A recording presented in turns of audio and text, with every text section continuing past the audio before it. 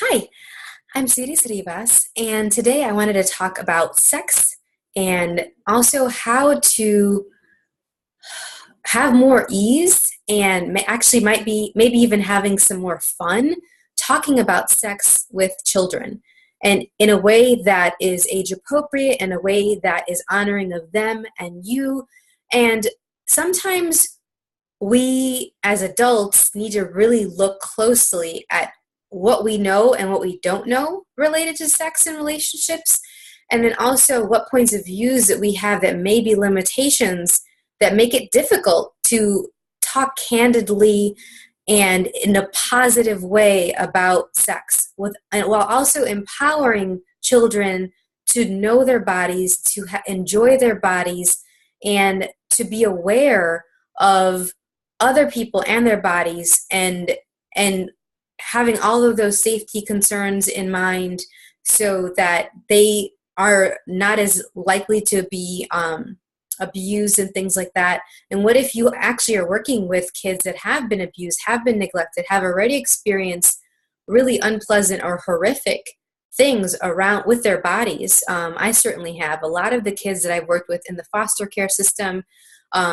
with dealing with a lot of DCFS cases, kids that have been adopted, not all of them, but many of them experience a lot of abuse. And then there's kids that weren't in the foster care system or that were adopted that were dealing with abuse as well, or just parents that wouldn't really talk to them about this because they were uncomfortable, or they had a lot of points of views that they wasn't actually something that would be appropriate or good to talk about with children, and they'd rather keep their children ignorant than actually empowering them to know what would work for their bodies and what would actually work for them in the future moving forward, for them to be able to have experiences that allow them to know what works for them and their bodies, what's pleasurable, and also have the awareness of and the confidence to say no to people, including possibly their own parents, if you're professionals and you're interacting with kids that you suspect might be getting abused at home. It's a lot of tricky scenarios that can show up with this topic. And so one of the things, I'll give you an idea of some of the things that have worked. I have a whole list of different resources that I provide to people who would like to know what they can say to kids depending on their age that kind of plants the seed for them to flourish and in this area of their life, in all areas of their lives. I mean, when we're actually willing to be sexual and enjoy our bodies and have that confidence, we can strut our stuff, we can feel like we have ease in expressing and showing up in the world, even when we're not actually copulating or having sex with anyone. It's not really about bringing the bodies together. It's actually just not cutting off an awareness to what our bodies are trying to tell us. You know, it's something as simple as when you get those goosebumps or those like itchiness and you're like, I shouldn't be in this space. Like those are those precursor little awarenesses and information that our body's giving us sometimes that we can tell kids about early on, so that when it happens in a bigger way later, they know what that is and what that means, and then how to act accordingly, that in a way that will work for them, that'll actually be effective. And also having lives that are orgasmic, that are joyful, with food, with the different fabrics and things like that. That's all part of the sensuality and enjoyment of life and living. And allowing children to play around with different textures, to know what spaces and places they can go and do certain things and not do certain things, that's can be really helpful, so they have lives that are exuberant, that are fun, that are the lives that maybe you would like for you. And so one of the tools that I love using with kids, whatever the age, I can sometimes use it with infants that aren't even talking, and I might just say it to them or say it in my head when I'm holding them, is, hey, what would be fun for your body today? What would be pleasurable for your body today?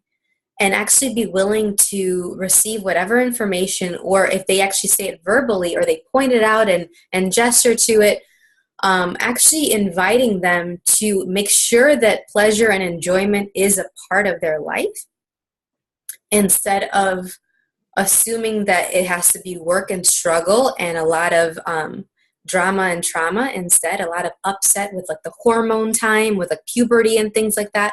There are a lot of those messages that are being sent to our kids that should be a time of angst and and being really emotional and things like that. And what if that actually wasn't true? So I actually ask, okay, what would be pleasurable for your body today? What would be enjoyable?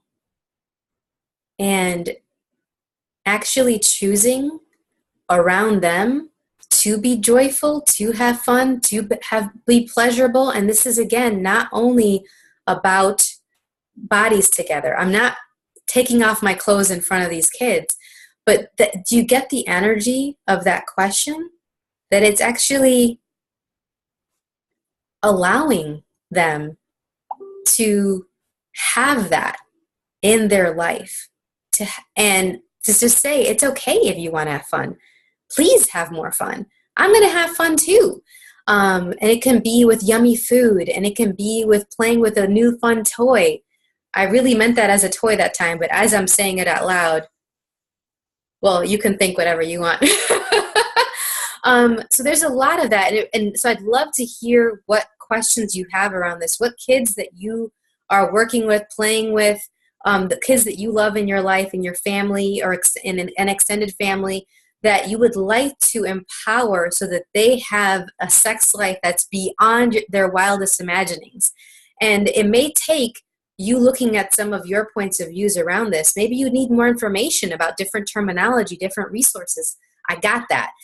I'm got a whole bunch of information, and if I don't got it, I know people that do. So really, really cool. I love talking about this topic. I did a call a little over a year ago now, maybe a year and a half ago, called Sexualness, Energy, and Bodies in Children. It was phenomenal. And the level of vulnerability that the people brought up in the call about their own personal experiences in their childhood and how it impacted how the choices that they made and how they are around sex and copulation and relationships now was just amazing. It was such an honor to discuss these things, and they being willing to talk about this stuff, and also create beyond it. If we didn't actually have the point of view that kids are too young, whatever the age is, because I hear it from no matter what the age. I've heard that from people that, oh, they're 15, 16, we shouldn't talk to sex about them, to, okay, they're 2 years old and it's too early to talk about sex with them. I've actually found ways that in an appropriate manner to talk about sex and copulation and bodies and awareness and energy with kids from all of those ages and beyond that, and adults that are kids at heart. And what if we could actually have more ease with that? What if we could actually create beyond all of those points of views ourselves, so that we could have really joyful sexual life and living, different experiences that are really fun, and also empower kids to have that as well in whatever way it'll look like for them, because it will probably look totally different than anything you've experienced, you've considered, or you've ever had in your life. And for me, that's really exciting. I love people being able to have what's true for them around all areas of their life, including this one, including sex and copulation and their bodies. And so if this topic is of interest to you at all, I'm going to be having a 5-part teleseries. It'll be a series online via Zoom starting September 7th. And so we'll have 5 calls. It includes the recordings if you can't make it live. And you'll get to really talk about all of this and bring up your concerns, your questions. We have a lot of different information. I have a lot of different information and tools that I'd like to talk to you about, including a lot of access consciousness tools, a lot of pragmatic, simple tools that'll clear some of our points of views around this that might be limiting us, that might be stopping us from having ease with talking about this. And on top of that, websites and books and things like that that you can look into that you can use as a resource, so that if you'd like to extend your knowledge, your knowledge base around this, you're welcome to. This is a really cool, in my interesting point of view, topic to really delve into. And there's so many things around this that we can talk about. So hopefully you'll be interested in joining us. If not, maybe you'll know someone else that has a child that they would like to talk to you about this, that have had some of their own interesting experiences that they would maybe like to shift on and not let that anchor them in the past in any way, that they would like to rip out those anchors and really just fly and soar in this area of their life. And so maybe you could share this event with them. I'll include the information below this video. Either way, thank you so much for watching this, taking the moment and listening to me talk about sex and energy and bodies and kids. I'm kind of weird like that. I'm willing to just talk about all of them together. Go figure. And so thank you so much, and enjoy the rest of your day, afternoon, or evening, wherever you are. Bye.